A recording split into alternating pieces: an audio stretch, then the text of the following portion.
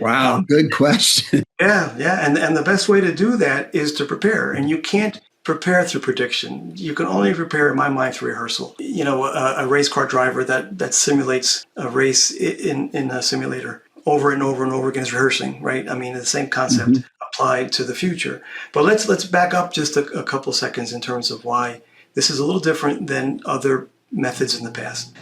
History tells us that futures evolve on the back of pressure, not invention, not great ideas, not people's good intentions, not encyclicals from popes. I mean, with all the best intentions, right? It doesn't change anything. What changes and what drives the future is the pressures that mount and the fact that those pressures have to go somewhere. They have to seek a release, and the pathway is really the mechanism for release. So if you ground every pathway on observable pressures, what you're trying to do then is, where does that pressure go? It's not just going to disappear. That pressure has to go somewhere. And so if you can causally link that pressure to what could plausibly happen, it's not a prediction. It's not that this force is going to happen in 2026. This is going to happen in 2026, but very plausible that this might happen. So for example, if you think about the misinformation phenomena that we all know is happening and the lack of trust in information sources, and the pressure there is you can't trust